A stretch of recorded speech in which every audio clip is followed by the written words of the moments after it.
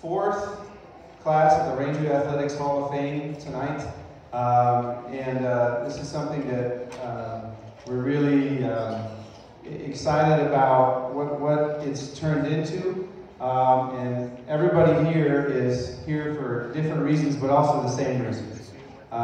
You're here because a coach, or an athlete, or a teammate, or a friend, or a brother, or sister is special to you, and we're all here because they're all special to Rangeview Athletics and what they've done for this institution, this school, and our athletic program.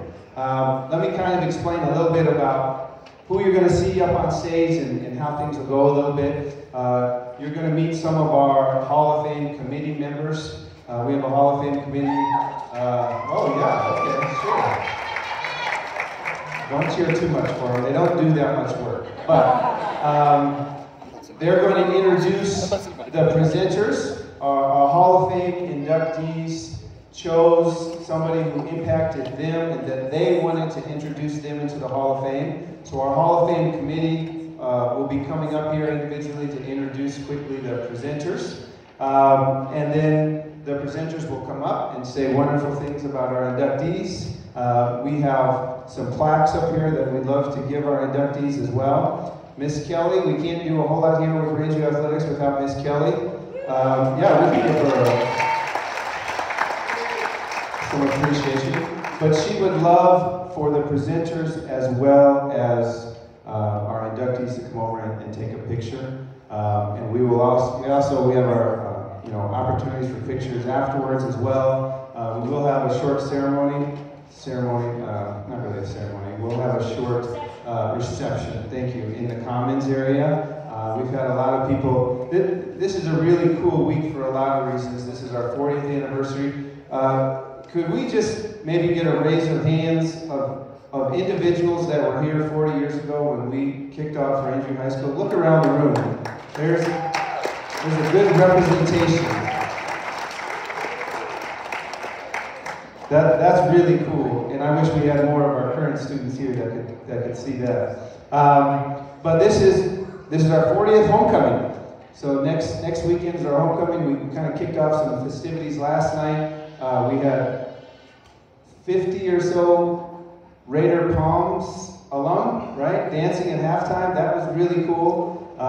We've got a Hall of Fame obviously tonight, and then if you get an opportunity, I know some of you are walking down the hallway and looking at some old pictures, which please feel free to do. And our students were decorating hallways upstairs and downstairs all day today, and they'll be here tomorrow for homecoming next week. And I'm sure a lot of you former Raider students remember how exciting and how cool that was. So we really wanted this to be a part of the celebration of our 40th.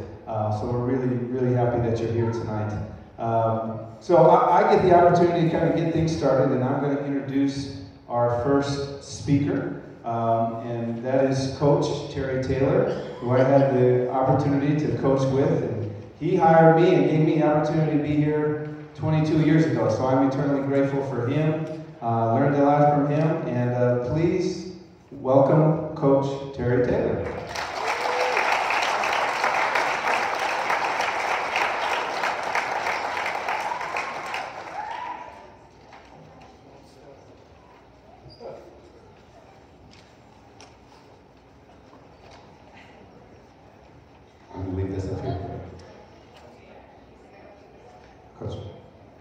All right. First of all, it's great to be the first guy speaking tonight instead of the last guy. The last two times I've had to be a presenter, I've been the last guy. That's no fun. So our first inductee tonight is a young man that was a 4-year letterman here in basketball. He was an all-state player. 2 of those 4 years, made first team all-state as a senior. Made the all-tournament team his junior year when Rangeview went to the state finals. And just an outstanding athlete, lettered in track as a freshman, of course basketball, and just, you could tell that the day he came into school he was going to be an outstanding player. Set a new 3-point scoring record. You know, he's one of those guys, he never met a shot he didn't like. really. And then he went on to UNC and became their all-time three-point shooter while he was there. He was a 3-year starter at UNC and finished out his last year. He got in the transfer portal before Deion Sanders. Yeah. And so he went to Cal Poly Pomona, which is a beautiful school in California. Played there a year, and then eventually he played semi-pro for a year in California. So he's had just a great career, and I'll never forget. Let's see. His junior year, we were a Cinderella team. That year, at one time, we were under 500, and we got on a roll late, and we won like 9 out of our last 11 games. So we started knocking all these teams off in the state tournament, teams that were number 1 out of their league, one after another, and nobody could believe it was happening. And we had no size. Our starting center was Terry Davis. He'll be a presenter here tonight later on. Terry's like, how tall, Terry? 6'1.5"? 6'3". So we have Terry Davis. He's our postman. In the state finals, we get a really easy draw. George Washington. They were ranked number 1 all year. You know who played for GW that year? Mr. Big Shot. Yeah, Mr. Big Shot, Chauncey Billups. So anyway, long story short, the game was tied going into the 4th quarter. We have all our little tall 6-footers out there running around. Marvin's running the show, and so in the 4th quarter it's tied, and then the officials, officials never determine the outcome of a game, do they? Yeah, they do. We make a long pass to half court. Chauncey and one of our players goes for the ball. Chauncey knocks him down. Chauncey goes down and scores. We're behind and we end up losing the state championship. But we had just a magical run when Marvin was with us. Just a treat to coach, a great student athlete, and he was actually recruited in football as a defensive back by Oklahoma. That's how good an athlete he was in football. He was a 3-year starter, quarterback, so he had so many options, but of course he stuck with basketball, and I think it was a great decision. So at this time, I'd like to have Marvin come up, Marvin Jones.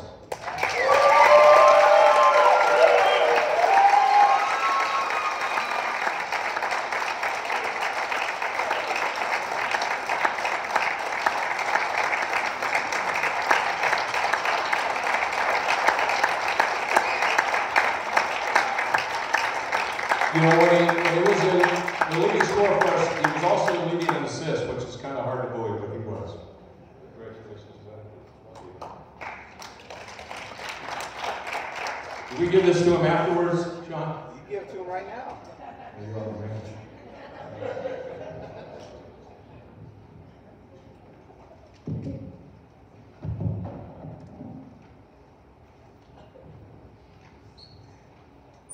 Thank you, Coach Taylor. I appreciate you. Couldn't have had nobody better to announce me than Coach Taylor. Coach Taylor was just always a leading example. It was a big part of my life, and I appreciate him very much. And I'll go into a lot more detail as I'm speaking. But thank you very much, Coach Taylor. Nothing is possible in this life without God. So I want to take a moment to thank God. I appreciate every step of the way that He's been with me. Holy, holy, holy, Lord God Almighty, who was and is coming. Amen. Jesus Christ, Lord and Savior, and the Holy Spirit living through us. This is a real spiritual and humbling time for me because I appreciate every one of you guys in one fashion or another. It takes so many different pieces of these puzzles to get you to drive, to want to start chasing your dreams and start moving forward. And when you get a chance to look back at everything that's taking place, you just have to have a whole lot of gratitude. Gratitude for the coaches, gratitude for the teachers, gratitude for the administration. And Rangeview's just been a great school from the time I was there, and I know they're doing a great job now with so many people coming back. So I appreciate you guys every step of the way. Starting with my family, I got to go ahead and give thanks to my dad and my mom. Without my dad, Clifford Jones, and my mom, Marvin Jones, I wouldn't be here. My brothers wouldn't be here. And I'll just have to take a step back and really look at stuff, and I'll say, well, 1965, beautiful blue-eyed, pale-skinned lady from the Ukraine that went ahead and defected over there to Regina, Saskatchewan. Meets a black man in a military suit, Air Force, and I think of the odds of them meeting. I think of the odds of my brothers being here, me being here, just having such a blessed beginning to this life and having such great parents. But my mom had a lot of heart in the 60s to chase her heart and marry a black man. And my dad had the same kind of courage, because it wasn't easy back then to marry a white lady. That's courage. When we go out to sports and we go out to everything in life, I think courage is big. And I'm just blessed that they blessed me with that kind of courage to kind of move forward in life. No matter what it be, I go with my heart. And I move forward with it. And I thank you guys for blessing us with life and just such a great upbringing. I appreciate you. My brothers, Gary and Greg, always there with me one step at a time, and I'm always trying to catch up to them. Greg used to have us outside running combine drills, up and outs, left and right, handoffs, diving in sticker patches, having fun for fumbles. The thing is, he always kept us going in the right pattern when we were young, and I appreciate you for that. Gary, me and him were running side by side, nonstop, and we still side by side right now, man, and we always will be. He always was one step ahead of me for so long. But that's the kind of things that made me always want to work to try to strive and get better at whatever I did. And I appreciate you guys, as well as all my family and my cousins. We used to go out every weekend and have fun and play together, play sports to various other activities. But I appreciate you guys, man. None of that's possible without that, you know. Looking back at sports, I started my first year playing soccer. And I had a female coach. Didn't know what to expect. But it doesn't hurt when you start off with a championship. It's like, whoa, okay, I can take that, you know. She coached us up, went to the next level and played basketball. I tried to play up. If you don't have the skills and the fundamentals set, it's kind of tough to play up. Through those 2 years, I just kept on working at it, but when my life changed is when I went to the Terry Taylor Big Red Camp. And when I went to that camp, I left there with dribbling drills, shooting drills, defensive drills. It gave me something to keep adding to my tool bag. And I'm forever grateful for that Big Red Camp. That Coach Taylor still got that going now. It's the longest running camp in Colorado. One thing I think we should add back to it is Terry Taylor. Because I think when we first started, it was called the Terry Taylor Big Red Camp. And I think for the longevity purposes of it, Coach, I think that's where we go back to it because you deserve it. Thank you for sending so many generations through that process and teaching us the A's, B's, and C's with the fundamentals. As I started going into football, I tried to play up. And I played up. But boy, you know, you take a 76-6 loss to Montbello and you get blown up by the man called Hitman that was a running back and linebacker, kind of makes you reschedule and think, is this the right pattern for me? But our coaches took 4 of those, 5 of those players off the Brown team and brought us up to the Wildcat Gold. And when they brought us up to the Wildcat Gold, I knew I had a good team. They went 7-3 the year before. And right at that same time, I'm not sure if Coach Taylor had something to do with it, but I got put on a team called the Lakewood Bullets, me and Steve Johnson. That year, going into 7th grade, changed my whole perspective on sports. You get on a winning team, it starts getting good to you. We won the championship that year in football. I played wide receiver and free safety. And I wasn't a standout star. The standout star that year for us, his name was Jason Cross. Ran track for here, all-state track guy. Till this day, I can't believe I didn't go tap him on the shoulder and say, "You sure you don't want to play football again?" Because he was that good. But getting to that top of that mountain with them and winning with the Bullets the way we did, it gave me a new hunger, a new understanding. So every day when I shot around when nobody was looking, I had to put in extra shots, I had to put in extra dribbles, I had to put in extra pieces of the puzzle because I wanted to get to a certain level. I see that every athlete that's went through these processes had something that kind of triggered that bug, and that was the first piece for me. 7th and 8th grade, winning championships with the basketball team, winning championships at Rangeview. I had a whole lot of waking up to do when it came to championships. I thought it was just going to happen every day. When I got to high school, I knew that the talent level rose, competitive nature rose, and you had to keep on working on your game.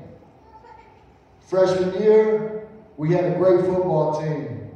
I'm friends with a lot of these guys till this day. I appreciate every bit of them. Coach Shives, coached here for a long time. I take my hat off to him and Coach Guy.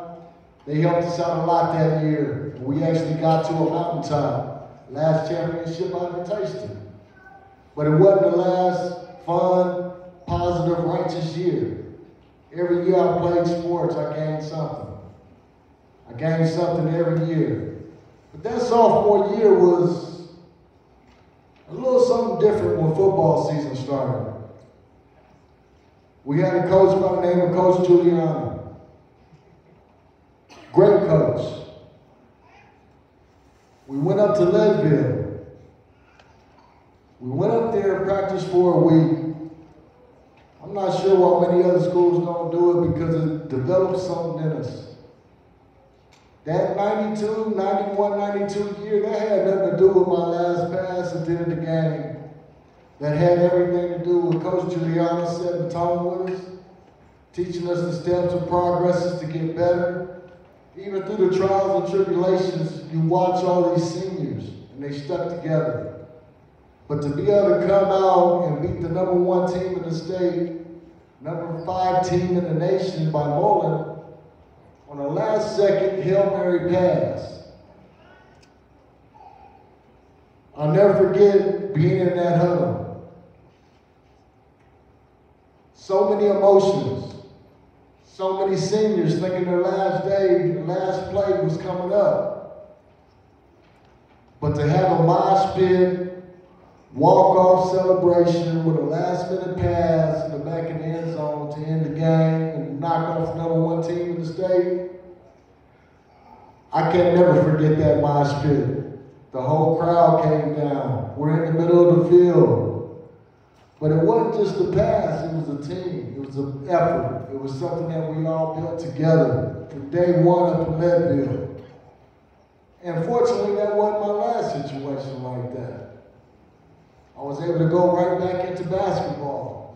Have a great run at the state tournament that year. Starting as a sophomore, felt great with the great tradition. And Coach often reminded me, if we didn't have a couple injuries, there was a good chance we could have had a chance at that one. But we did. You go out there, you become an Elite Eight, you feel great. But that junior year, it was something special. It was tough. It was tough going up and down. It was tough being so competitive, but having to lick your wounds, to work on your game every day, and to keep on thriving. Coach Taylor was a master guru at the X and O's. And I don't think he gets not nearly enough credit for it. Coach Taylor had us so prepared when it came to practice, when it came to film, when it came to reviewing the game, when it came to player by player. And from the time I was around Coach Taylor in Big Red Camp, and all the way through high school, I gained so much basketball IQ, so much knowledge, and that's the kind of thing that helped me develop with the competitive spirit. I'm forever grateful to him for that, and I'm just forever grateful to all the teammates and players that we went through to go ahead and do it, as well as the buzz that we always had around here with the faculty and the staff. It's amazing. And I appreciate you guys, and I know every generation that comes through it enjoys the same thing. But to get that Cinderella moment was something special. I still walk around this day with about 4 shots in this pocket and about 3 assists in this pocket. It's just part of the competitive spirit, and you get stuck at the top of that mountain where you were trying to climb, and you don't look back. But this whole process has given me a chance to look back and say thank you to the bottom of my heart from everybody in the staff, and the faculty, and the whole administration that it took to get to that. And when it comes to high school sports, I've noticed it starts with high school sports, but it leads to life. It leads to life. You're going to have to play in some kind of a team effort in some fashion or another. Going up to UNC and having a chance to have the time of my life up there, making new great friends with Daniel Singleton, Bernard Bickerstaff. Daniel's become a brother to me in this lifetime. And I was just so happy that he was able to come here to Rangeview in order to go ahead and look over Rangeview, even though he's a Hickley alumni. He looked over Rangeview, man, very well for a lot of years. I knew he was in great presence. I knew that the school had a great officer working for him. And honestly, I was always keeping up with what was going on because Daniel was always keeping me present with all the situations. So I appreciate you, Daniel, for being there every step of the way, man. But those lifetime situations, they evolve to friendships. They evolve to situations in life that you look back and enjoy. But I've had so many great people that were coaches, mentors, and friends. And one person that I was going through here that I'll have to mention while I'm here was Big Russ, Daryl Russell. That guy always guided me and looked out for me. He seen me going in certain directions, kind of picked me up, dusted me off, as well as my dad guided me in the right directions, and they helped get me through without falling into some of the traps that are out there in society. But one thing that really kind of reflects in my head is you have certain passions in life and certain dreams in life. When I first came back home, I had to replace it with a new passion and a new dream. I had a keyboard on one side, a DPS 16 on another, and a recording system for music. It might skip a generation from time to time. My little brother Dante Jones is one of the best beat makers in the world, one of the best 360 people in the world, and one of the best artists in the world. And what I look forward to is evolving in life and chasing new passions myself. So if there's something that you can do out there, whether it's golf, you like to get out and play golf and passionate about it, do that. But there's no age limits on chasing a passion and a dream. Find something that you're passionate about. If it's artwork, get you an art book. If you got a new business that you want to do, it doesn't matter your age, do it. But find something that you're passionate about, stick to your passions, and always keep on moving forward in life with the best foot forward. I appreciate everybody that's had an influence in my life. I appreciate everybody that's going to be a future here at this Rangeview School. And I want to thank all of you guys for everything that you've done for me throughout this time, and have a great day.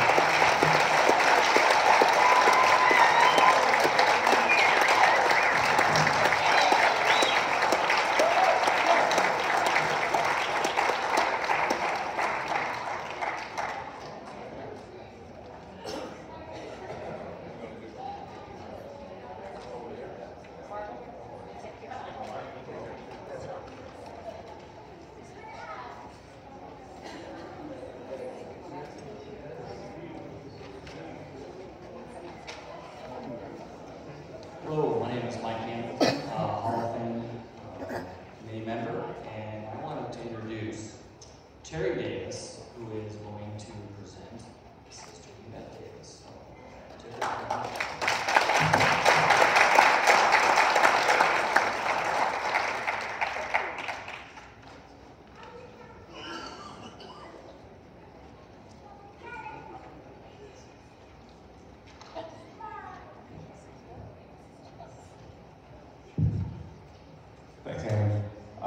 I'll tell a quick story about Marv. My youngest daughter is 14. She's playing competitive basketball now. And of course, Dad doesn't know anything about the game of basketball. So I sat her down one time. We watched the state championship game. And a funny story, I just told this to Marv. About halfway through the game, she goes, "Dad, who's that guy?" She points to Marvin running around the court. I go, "Well, that's Marv." She goes, "Man, that's a good thing you guys had him because you guys suck." If I was our center, it doesn't take you too much thought process to figure out why we may or may not have won it. Congratulations to everybody, all the inductees. Welcome to the club. This is a special night because not only do I get to introduce my big sister, I get to share with a couple of teammates in Marv and Danny. So welcome to the club, guys, and everybody else. It's funny, when you see the work that all these athletes put in, you want to root for them more. And I think I use the parallel of Dion going on. Everybody wants to pick on Dion because he's always in front of the camera, but what people don't realize is the amount of work that he puts in. And as athletes, everybody in this room has put in a ton of work out, so it makes it really easy to cheer for you. And I really think that's important that people understand the time commitment, the family commitment that goes into all this. So hug your loved ones, hug your spouses, tell your kids and brag about how good we were because it's special. And they may not know it yet, but they will eventually. I still think, where's Sean at? I think we need to start to do something like the Heisman House. You know, maybe we get Shirk and Henderson doing karaoke in one room. All right, we get Terry Taylor, Sr. and Jr. playing horse and arguing in the driveway. Maybe we get Gonzo running a little water aerobics for just an idea, something to work on. So let me tell you a little bit about Yvette. She started playing softball when she was 10. In her freshman year here at Rangeview, she somehow ended up being picked to be the pitcher because they did not have a pitcher on the team. She had never stepped foot in the circle, never threw a pitch across the plate, but now she's the starting varsity pitcher at Rangeview High School. If you remember back then, softball, her sophomore year, correct me if I'm wrong here, but I believe varsity, it became a varsity sport her sophomore year. So in a 2-year period from her freshman year where she never picked up a softball and started to learn how to pitch, by her junior, senior year, she was all-state her junior and senior year. Now remember, this is in the 80s when the sport of softball was not very popular in the state of Colorado. If you wanted to get recruited to a big-time Division I school, you had to be playing in Florida, California, or Texas. So this thought that a 5-foot-something girl from Colorado who's only been pitching for 2 years could go play collegiate softball really wasn't on anybody's mind. But what I will tell you is she really was a pioneer ahead of her time. I was lucky enough to witness that as a younger brother. And you see sometimes a lot of older siblings really don't like their younger sibling hanging around. But she never did that to me. I always got to hang out in the dugout with her. She always let me run around with her friends. I was never the annoying brother, even though I probably was. But what I did learn in those years that I got to hang out with her is what it was like to have a work ethic, what it was like to compete at a very high level. And I truly contribute a lot of my success as an athlete in my years to that. So she doesn't know I did this, but I dug up some of her stats. It is, Sean said, she went on to play at North Carolina. If you don't know really softball at the collegiate level, ACC back in those days was one of the top 2 conferences in the country. It was the ACC and the Pac-12. So she goes to North Carolina. Not too many people are paying attention, but let me give you some statistics. And these are, I went to the career record book. I don't know if you've been on it in a while, it exists, but your name's still plastered all over. She was 10th all-time in career appearances as a pitcher. She is 8th all-time in games started. She is 7th all-time in innings pitched. She is 2nd all-time with career ERA 101. That's runs allowed per game. Now, mind you, she went to UNC a long time ago, so there's been a lot of kids that had a chance to break that record. She is 8th all-time with 55 wins in her career. She's 7th all-time in complete games, and she's 6th all-time in complete game shutouts. It's not too bad for a girl that just learned how to pitch as a freshman out of Colorado. So, your grit, your competitiveness, and your work ethic paved the way for a lot of kids behind you. She currently has a daughter pitching for Florida Tech. down in Florida. Her youngest daughter's playing for her currently at Eagle Crest and is starting to get opportunities to go play and chase her dream in college. She now coaches at Eagle Crest and every year has a program in the playoff run consistently. I think I can probably remember more years where they haven't been in the playoffs than they have been in the playoffs. That's a hard thing to do as a coach when you have to turn over constantly going with these kids. That's a constitution. It shows what kind of person you are, what kind of leader you are. So with that being said, it's my honor to introduce my mentor, my best friend, hands down the best softball player to ever walk these halls, and most importantly, my big sister, Yvette Henry.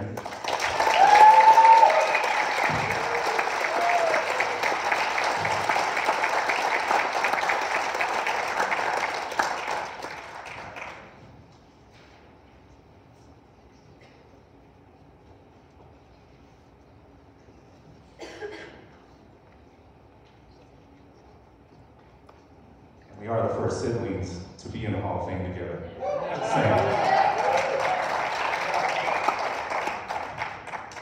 think he's also buttering me up just to see if he can still hit the fastball. But thank you, Terry. I appreciate that. It's an honor to be here tonight. They say life comes around in full circle, and I certainly feel that way when it comes to Rangeview. I remember walking through the doors as a freshman in 1985, ready to conquer the halls of a brand new school. The school has changed a lot since then, but the one thing that hasn't changed is the fact that it is still a place that I can call home. I owe a great deal of thanks to Rangeview and its faculty members for helping establish a foundation that has allowed me to become the person that I am today. I want to thank the Hall of Fame Committee for adding my name to the incredible list of well-deserved people who have done great things to represent Rangeview High School. I want to thank all the coaches who have helped me get to where I am today. I, of course, cannot forget the myth, the man, the legend, Mr. Charlie Williams. I ran into him a couple years ago. I swear to God, that man looked the same, sounded the same, moved the same as he did almost 40 years ago.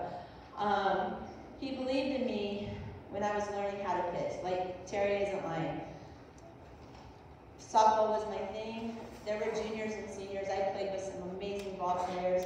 I had Jamie Gherkin at third. I had Jen Bell and Laura Jeffries at shortstop, knowing full well that I probably wasn't going to outplay them because they were older than me. But we had no pitcher. I can do it, no problem. I think the very first game we played Hinkley, I hit every girl that had blonde hair, and every girl on that team but one had blonde hair. I do have to thank Mr. Randy Van Bogart because he was coaching Hinkley at that time, and he came out to me and goes, "Young lady, have you ever pitched a ball in your life?" I'm like, "I have no clue what I'm doing out here, but I'm having a lot of fun, and I hope I'm not hurting any of you girls, but oh well." And he hooked me up with the pitching coach, and then it started.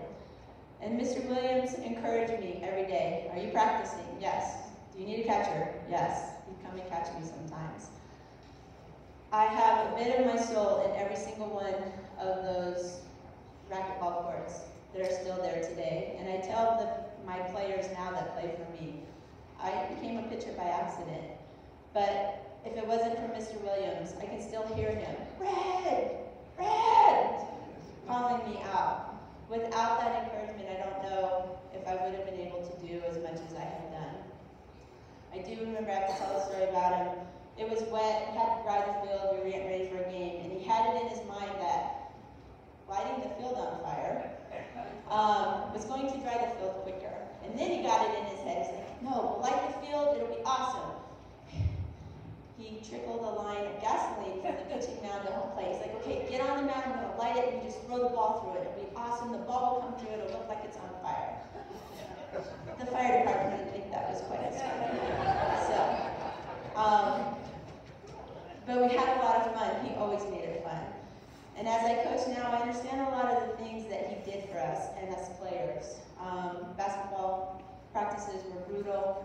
I think he had 13 players. If I remember, we had 13 players for varsity and JV. I was in the best shape of my life those 2 years that I played basketball for him. And because of that and the things that I've learned from him, he's made me a better coach. I also want to thank my teammates. I want to thank the ladies my back on and off the field. Like I said, fortunate to play with the Gerken sisters, Luriette Jeffries.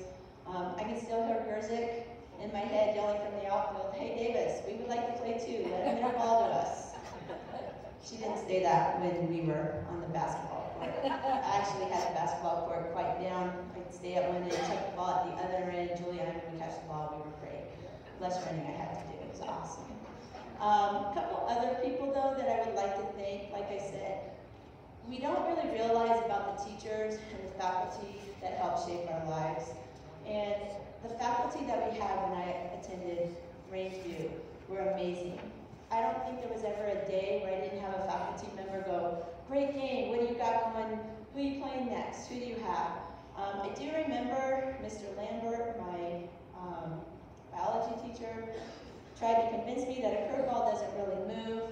And then from there, I was like, no, I'm going to prove you wrong. I have the best darn curveball ever, even though he still insists that scientifically the curveball does not move. I can still make it move. Some people that I do need to thank. Merle Steele, I think he's here tonight introducing someone. I want to thank you for giving me the opportunity to come home and coach. We moved back from North Carolina when my mom got sick. I was a stay-at-home mom, didn't know what I was going to do. He took me on as an assistant coach, and it paved my way and started my coaching career in high school in Colorado.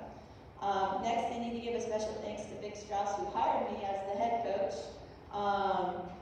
after Merle retired, so thank you, I appreciate that. I also need to thank Vic, and I do blame him for this, because if it wasn't for him, I would not have become the teacher that I am today either. Apparently, it's better when the coaches are teaching in the building. He convinced me to go back to school. I got my master's, became a teacher, and now I'm a teacher as well. So Vic, I am eternally grateful for that, and now I'm trying to earn my doctorate, so I thank you for that. The next person I need to thank as well is Mike Hamilton. He oversaw my student teaching as I was here. Kind of threw me to the wolves real early. Let me teach a class that he said, "This class, you will never ever teach a class this challenging and this difficult ever in your career." And so far he's been correct, but I did survive and I've managed to become a better teacher because of that. I do want to thank the sport of softball. Without it, I would not have learned how to work hard. It taught me grit, it taught me to be competitive. It also taught me the art of being a team player. And then lastly, I want to thank my family. Of course, none of us athletes could be here without our families and their support. I want to thank my parents for providing the opportunities, and there were a lot of opportunities that they gave me to attain the dream of becoming a softball pitcher. At one point, when I had gone through every pitching coach in Colorado, my dad worked for an airlines. We were fortunate I could fly out to California and work with a pitching coach from California to help me get to my dream of getting to college softball. I want to thank my mom. My mom, who's no longer with us, I know she'd be proud of us right now. One of the best role models a girl could ever have, especially in the 80s during Title IX, when things were definitely being set for female sports. My mother never let me back down, and she always encouraged me. Never said a man was better than what I could do, and whatever I put my mind to, I can do as well. And I instill that in both my daughters today. I do have to thank my big brother, or my little brother, excuse me, he is bigger than me now. And no, while you were not really that much of a pain, I enjoyed having you. You kept pushing me as well. And to this day, I know you still have my back and will support whatever I do. I also want to thank my husband and my two daughters because they are still supporting my softball habit of coaching, which I truly love. I love passing it forward to the young ladies. I have been fortunate to coach some amazing players, and I hope that I'm just as good of a role model to them as of the coaches that I've had here at Rangeview to demonstrate what good coaching is all about. Softball has been good to me through the years, and I appreciate your recognition. Thank you.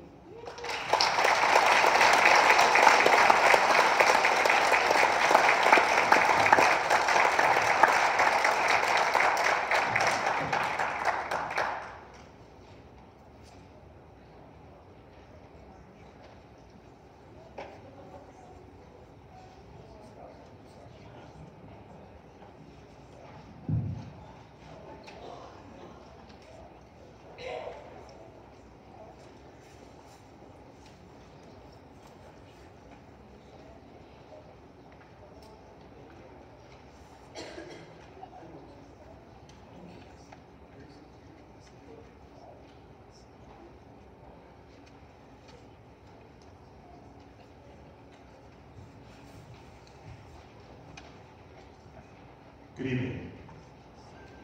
The word legend is oftentimes applied too liberally these days. However, our next presenter is certainly worthy of such a distinction.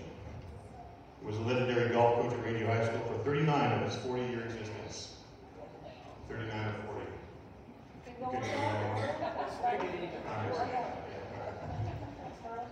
He was also a legendary and innovative PE instructor at Rangeview High School for decades. Who can forget the AP kickball class, the pilot program that he did? Indeed, the word RHS legend applies to this presenter. So please, welcome to the stage the 33-time recipient of the coveted Rangeview Faculty Perfect Attendance Award, Mr. Marvin Jones.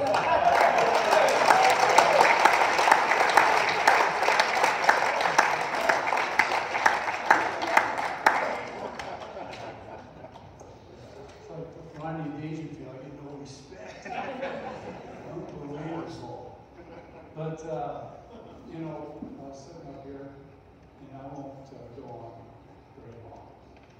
And my young man I'm going to introduce is a man with little words too, I think. He hasn't changed. But, you know, what a staff we have. You know, we're talking about this. And a lot of that's contributed to Joe Burton. He's the one who brought in his coaching staff. And so, Joe, I know you had a lot of people tell you that you did a great job. You were a mentor to me, and you put Rangeview on the map as far as coaching, as far as I'm concerned.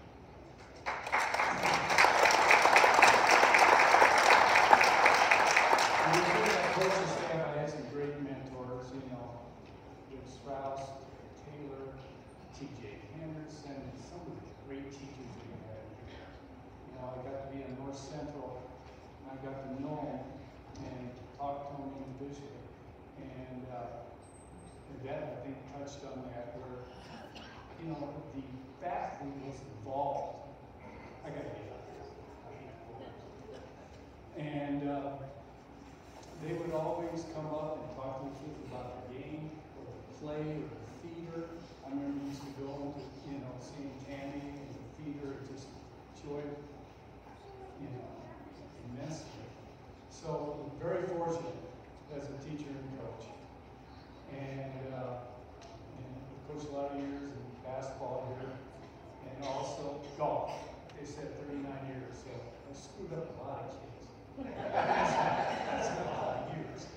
And, but it was great, you know, and I convinced some of these guys like Terry Davis to come out for golf, and he'll probably tell you it's still his favorite sport. And if I had Marvin out, he'd been all state too. But I was fortunate to have this young man. He was a freshman. And he came out late. Golf starts, you know, 2 weeks ahead of football because we're more complex. It takes better athletes. Football's not a big deal. But golf takes skills. A lot of skills. And so this young man comes out, he's a week late, at least, and he's from California. His mother paid me, you know, hey, he shoots in the 70s, you know anything about golf? And I go, yeah, right, 70s. He's close to the bar as a freshman. You know, he's not going to Cherry Creek or something like that. So he came out, and I go, okay, this is Luriette, I'll tell you what, I'll have him play with you. And I thought, you know, back then I was a decent golfer, pretty good golfer. And we're playing. This young man comes out with these huge glasses, with a little fogged up in the morning. And I go, yeah, sure, he shoots in the 70s. And we go out and play, and, you know, he's keeping up. And I'm going, so after the round, Mrs. Luriette came up with his mother and said, well, what do you think? Yeah, he'd be #1 man. So it continued on. He was all league second team his freshman year. And we were in the league back then. It was best golfers in the state, generally speaking. And sophomore year, he took 5th, so he was all state. And then junior year, he took 2nd state. And should have won state. It's not one of those things, yeah, sure, should have, would have, yeah. No, he should have won state. It was just bad luck, really quick. He had an eagle. To get an eagle, anybody who plays golf, is very difficult. On number 16, he's going to 17, hits it into trees, these pine trees. There must be 60 people falling. We couldn't find him. You know, we could not find him. He got stuck in that tree, so we had to go back and re-hit, and we had some more difficulties and ended up losing by a stroke. He won that hands down. Senior, we're at Coal Creek and by Lafayette out there, and in the last hole, he three putt, and usually we try to one putt or two putt when you're on the green. And unfortunately, I brought him into a playoff. A kid from Sweden, from Lewis Palmer, really good player, and the kid drills a 35-footer. We're talking about, I think 30, 35-footer for a birdie to beat, and he took second. But by far, Danny was the best player for 2 years running in the state. And the coaches will tell you that. So I was very, very fortunate to have him young man. He was one of those guys that players make the coaches look really good. Because when I first had Danny, as a freshman, usually I worked with kids on their different shots. He had every shot. Heck, he was showing me shots I didn't know about. And so to have someone with that type of talent was very awesome. He was also a good baseball player. Tony and I were talking about that, and I think he was all-league, second team in baseball. He was a first baseman and pitcher, I believe. And so very talented young man. And so, and then he went on to CU, University of Colorado. I'm not going to do Dion jokes, but I just didn't wear my glasses or hat because I like to talk to you like I don't. I'll explain that to you later. But anyhow, 4 years, Letterman up there, CU, and had a good career. And then he went on to the long distance driving, which is a big thing, because he used to hit the ball so far. And he was #1 in the nation all the time. ESPN Tour and some other tours. So very talented young man. He lives in Arizona with his beautiful wife. Chris have 2 young boys, 13 and 11. And so, once again, really excited to present Danny Luriette.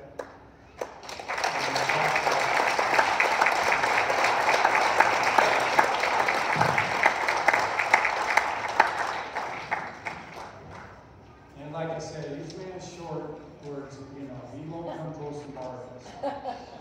Did a great job though, Marvin.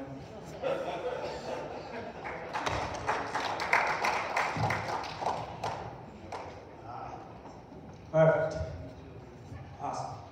Well, thank you, Mr. Johnson. I appreciate the nice intro.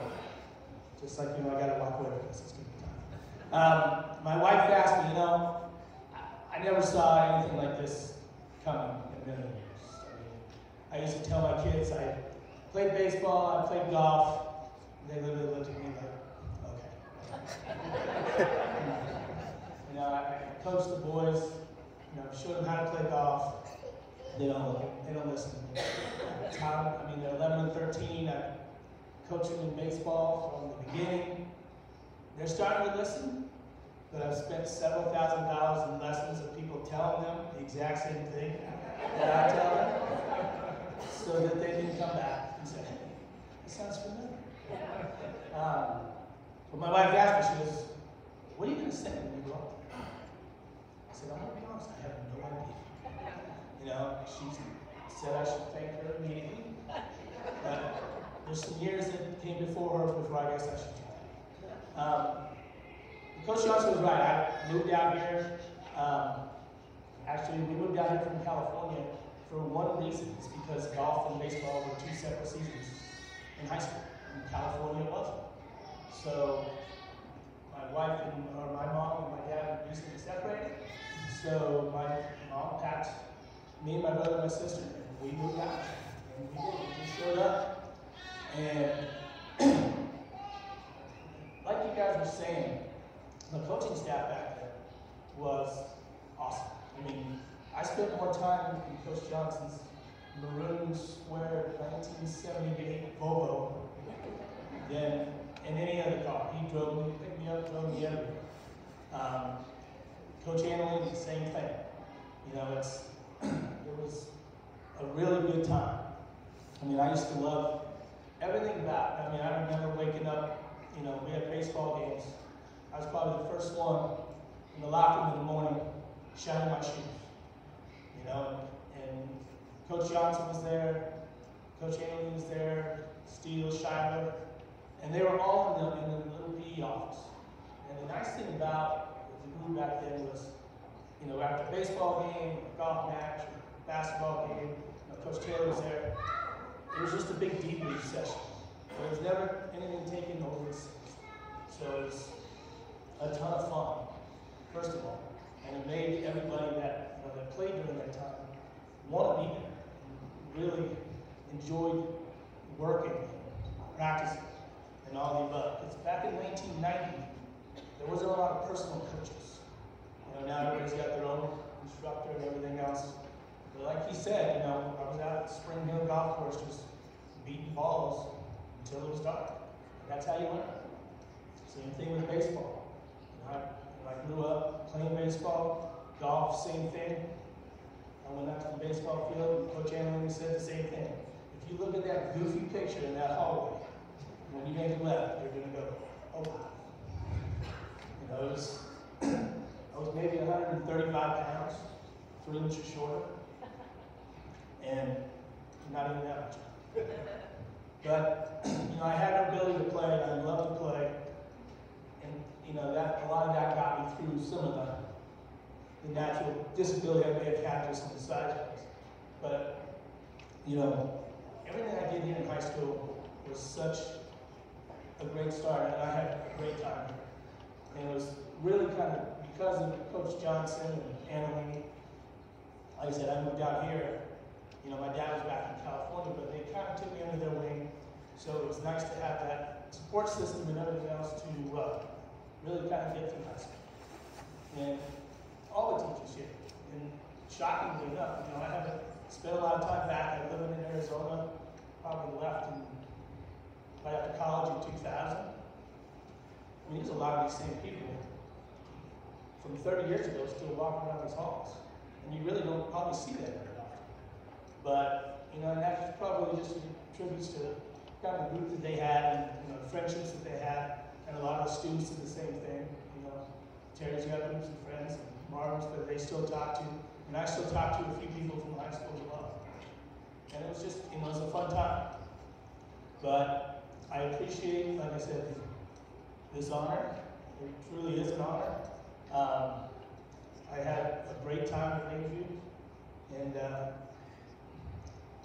I said, Krista, thank you so much. Sorry, I forgot. And I told you I didn't come back to you. But thank you very much.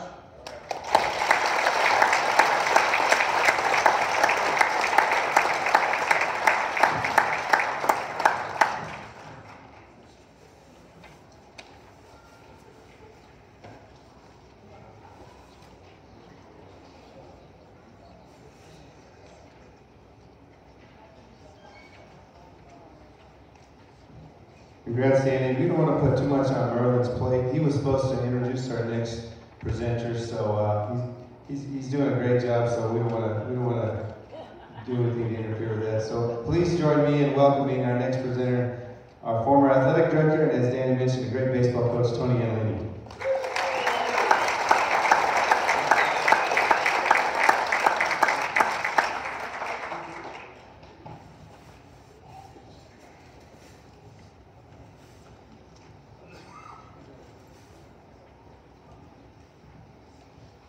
I'm here tonight to present Lisa Stone, and I know it's an athletic Hall of Fame, but I want to start out, I want to spend a few minutes on Lisa Stone, the teacher.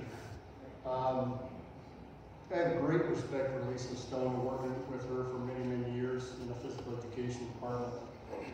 And her accomplishments on the athletic field are just an extension of what she did in the classroom every day.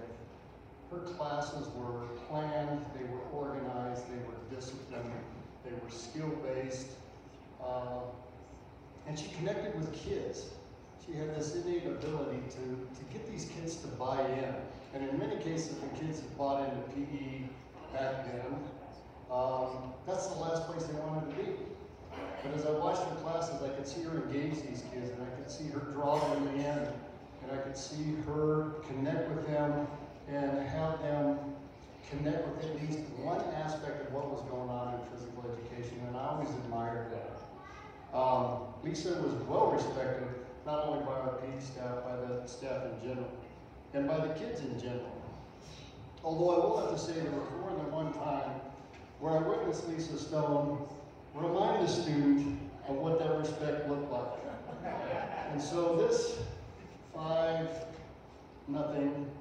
woman would be in a large kid's face, reminding them of what that respect looked like, and then the famous words of Tim Shiver, telling them how the hog ate the cabbage. So she was quite a model for us. I think and we'll be going over her resume here in a second, her coaching resume, but I always felt that one of her greatest accomplishments was that she was the long-standing department head of the cuckoo's nest that we call the PE department back in the day. And at one point, when the physical education was still valued in education, there were 9 teachers down there. 5 men and 4 women, correct? And every kid in this enrollment went through that physical education department. It was a great time. I think it was a great value to them.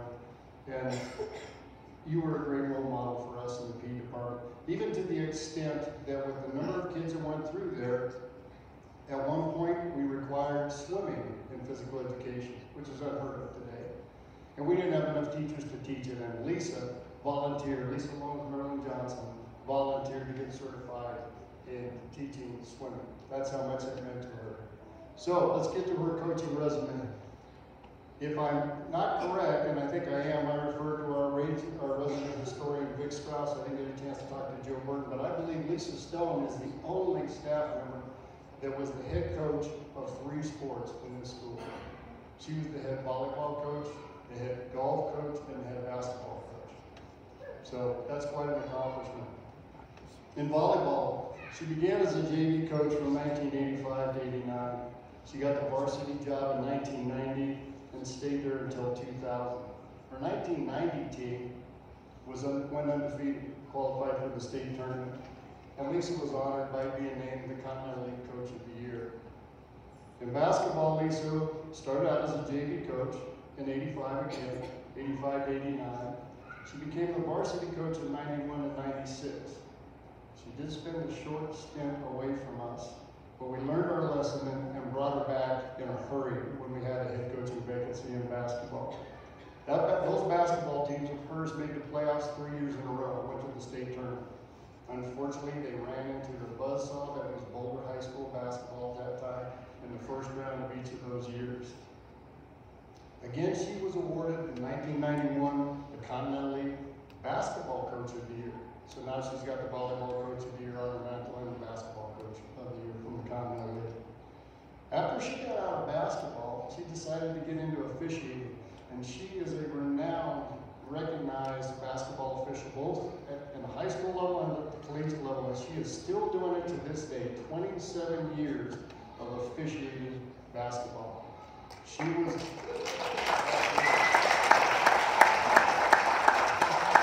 She has been honored and awarded with 7 state championships games.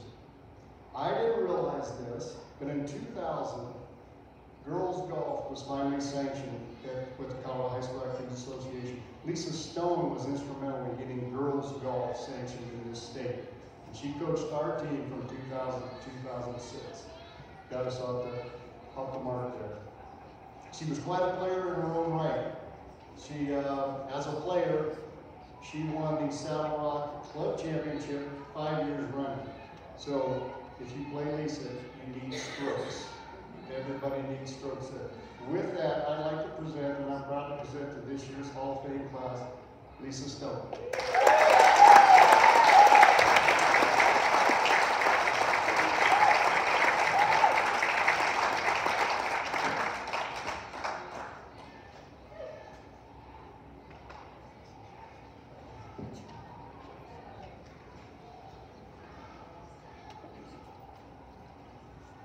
Thanks, Tony. I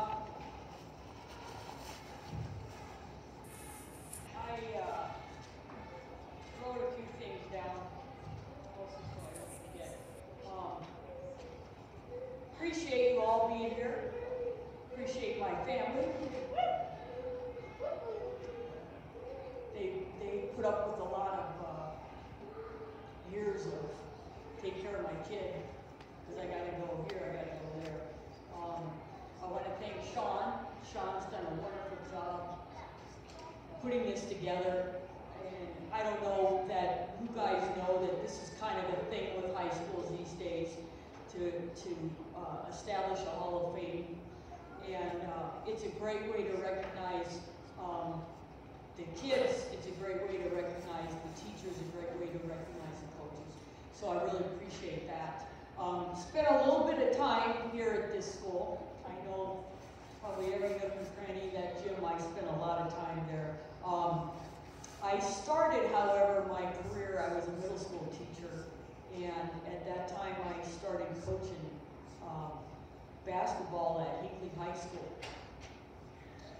And it was an interesting learning experience for me. My mentor was Dave Melton.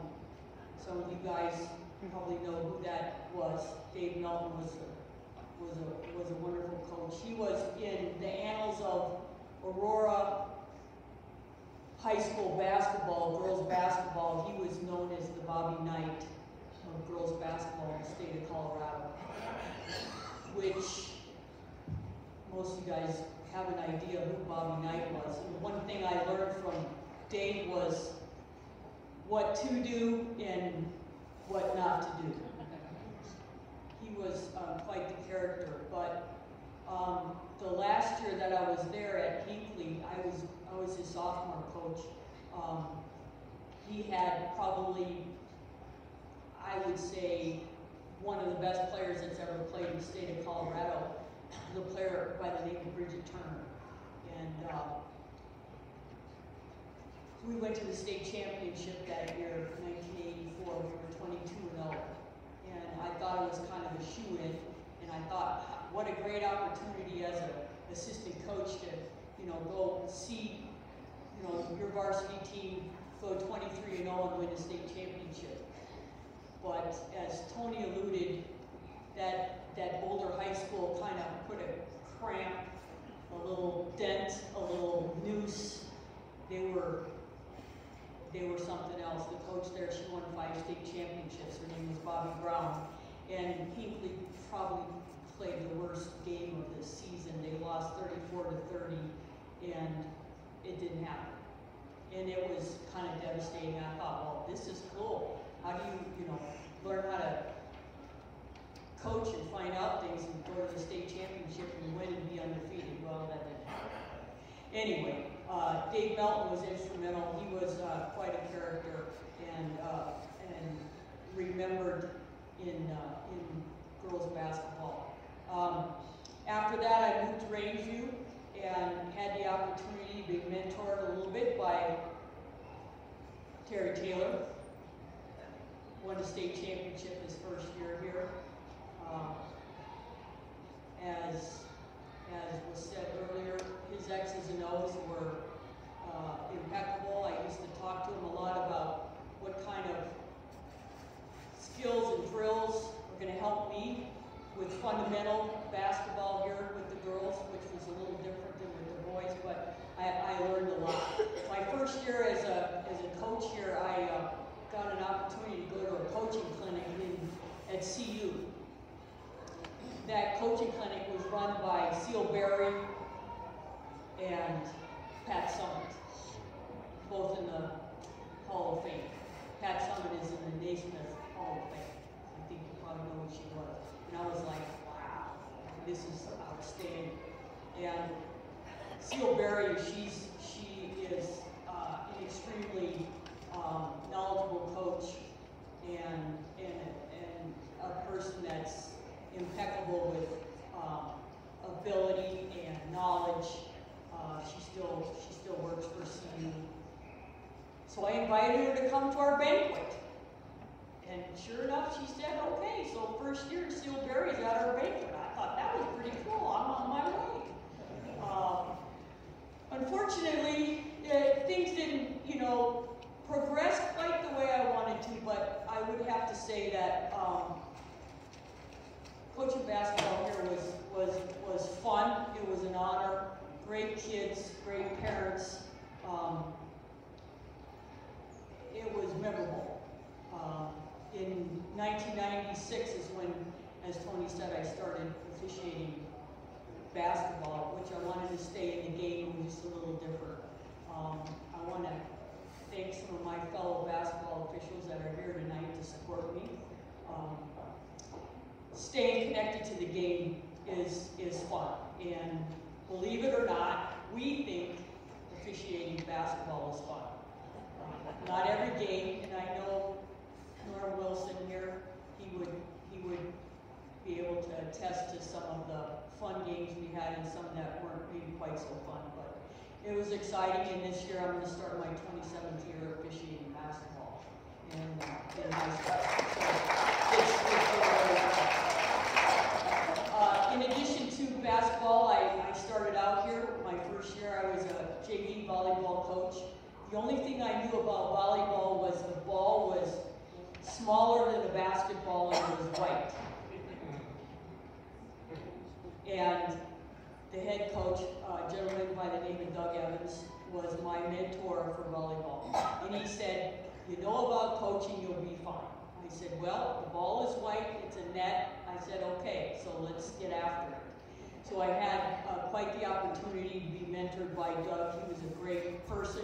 He was a great teacher here, a great mentor, and a really good volleyball coach. I had the opportunity after he decided to step down to take over the head position. I said, Doug, I'm not ready. He goes, oh yeah, you are. I said, I'm not ready. And he took the step down, I took the step up, and that year we went 16-0 in this league, and I was just floored. I was like, this is cool. This is way cool. And one of my goals here at Rangeview, whichever sport I happened to be in, I wanted to put a banner on the wall that said some kind of girls sport. So we put a banner on the wall that said girls volleyball, which I was very, very pleased for. So at 16-0, those kids were beyond themselves. It was quite a ride. It was fun. It was real fun. The unique thing was that year I was the Continental League Coach of the Year in volleyball in the fall, and that winter I happened to be coaching the girls basketball team at Aurora Central, and I was the Coach of the Year at Aurora Central. When I went over there, I was kind of waiting for the position to open here at Rangeview, and they needed a coach, and I applied, and they offered me the job, and I said, sure. So stepped into that position in a little different environment at Aurora Central at that time than it was at Rangeview, but it's like a challenge, okay. They hadn't won a game in 2.5 years. No place to go but up, right? So we met with the kids, and I said, we have 2 goals this year, 2 main goals. I said, the first goal, we're going to win our first game. And they rolled their eyes and looked at me like, yeah, we haven't won a game in 2.5 years. We went on the road to Brighton High School, and we won our first game. And on the way home, and I told the bus driver, I said, it'll be okay. I said, I got them under control. They had their heads out the window and they were screaming and they thought that was something else. And so that was pretty exciting. So we kind of broke that 2.5 year losing streak, which was pretty exciting. My second goal, which maybe won't fly real well tonight with all these people here, but my second goal was we're going to beat Rangeview twice. It was home and away games. So the first game was at Central, and there's like 3 seconds left to go in the game, and we're down by 2. So My kid dribbles the ball across the half court and she heaves up this prayer. It hits the backboard and goes in the basket. 3-pointer, we win by 1. My kids are screaming, carrying on. We go in the locker room and I'm not very happy. And I was like, Coach, we won. What's wrong? And I said, that wasn't enough. That wasn't enough. We won, but I'm not real happy with the way you play. When we go over to Rangeview, we're going to win by 10.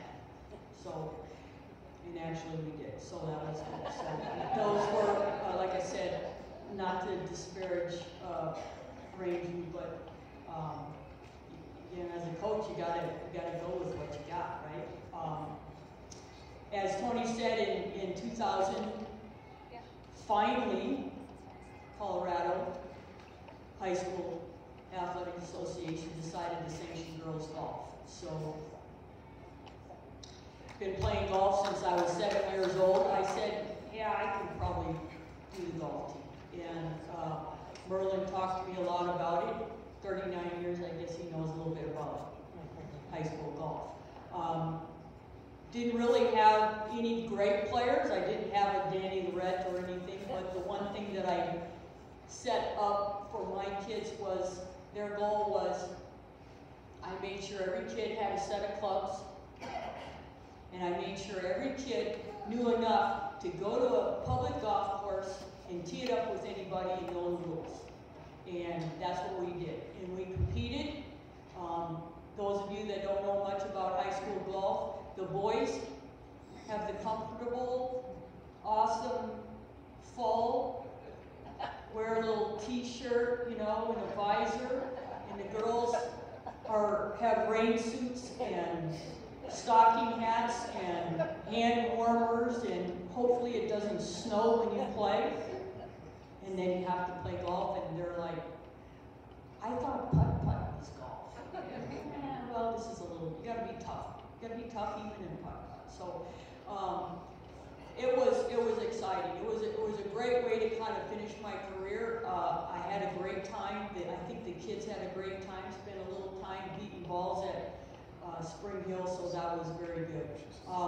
One of the things that I want to say that I remembered from the very beginning, and like every year all along, I would never have been able to stay and come to school every day and be a teacher if it wasn't for coaching. Coaching is what got you through the day. Coaching is working with the cream of the crop, the best kids, the parents, the support, the camaraderie. And as Tony said, if you can believe it, I had to hang out with Terry and Merlin and Tony and Tim, and had to babysit them every day, and that was like a second job in addition to my first job and my coaching job, but we got along. And that year that we had 9 PE teachers, it was the best ever. So as I say again, I couldn't have spent my time teaching here if it wasn't for coaching. Great opportunities, great people to work with. I'm retired obviously, and I don't coach anymore, but I stay connected. I've been probably in every high school gym in this city in the last few years. I'm also refereeing volleyball, so that gives me a little opportunity to see a little different light, and still refereeing basketball, and it's been a wild ride. It's been a great ride. And I want to thank, like I said, the kids, the athletes, the parents here, because it was a great opportunity. I think you guys kind of get the idea of what kind of camaraderie we had here, and it was the best. It was the best. There's no doubt about it. So thank you very much. I appreciate and am very thankful for this opportunity to be in the Hall of Fame as a coach at Rangeview High School. Thank you.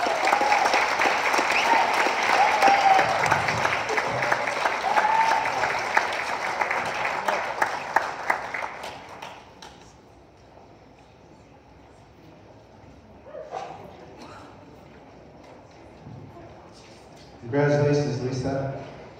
I would like to invite Paige to come up to the stage. I met Samir about 15 years ago and basically got on my knees and said, could I please coach your son? And I've never been able to actually thank him. But thank you very much for giving me the opportunity to coach Jeremiah.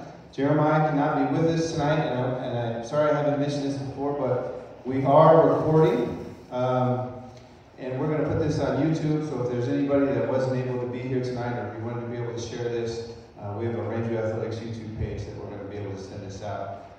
So please join me in welcoming Samir Paige.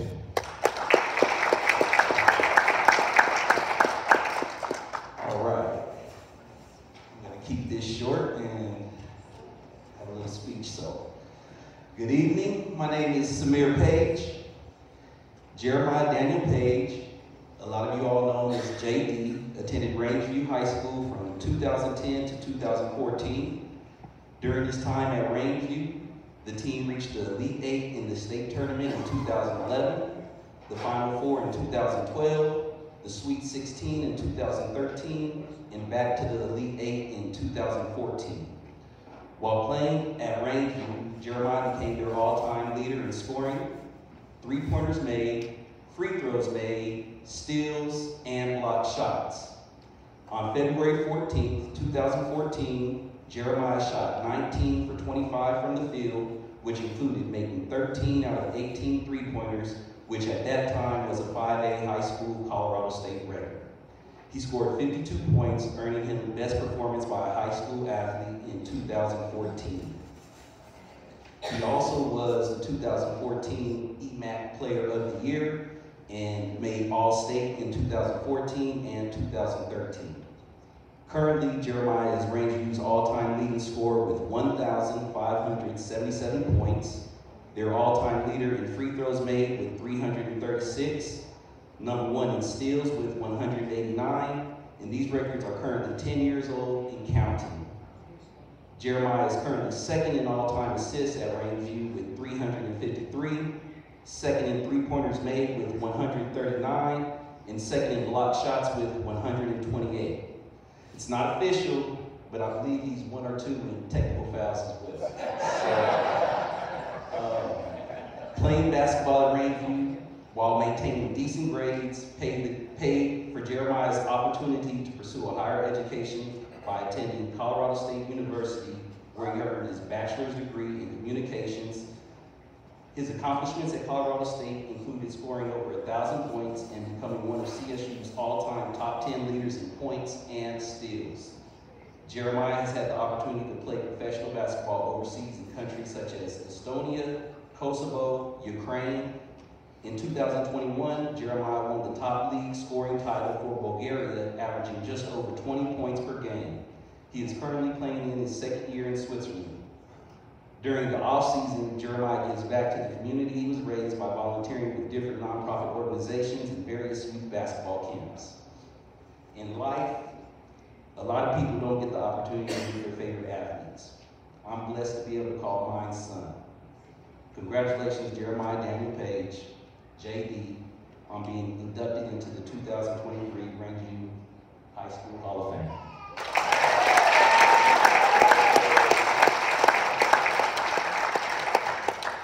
Thanks, Dad. Appreciate it. I just want to say thank you to all the staff members and everybody that was able to induct me into the Hall of Fame. It's a great accomplishment. I want to thank Ms. Heike. I want to thank Coach Palmer, Coach Sully, Coach Souls, to everybody that, all my coaches that were able to help me through the journey on the court and off the court as well. There was a few times where I could have been in trouble or things like that. And they helped me get to where I'm at now. So I just want to say thank you. I want to thank my mom, my dad, my sisters, my friends, everybody that believed in me and was able to stick with me on this path. And that's where I'm at today. And I wouldn't be able to do it without any of them. And I just want to say thank you to everybody that just supported me. Rangeview is my home, and I'm always going to treat it like a home. So thank you, everybody.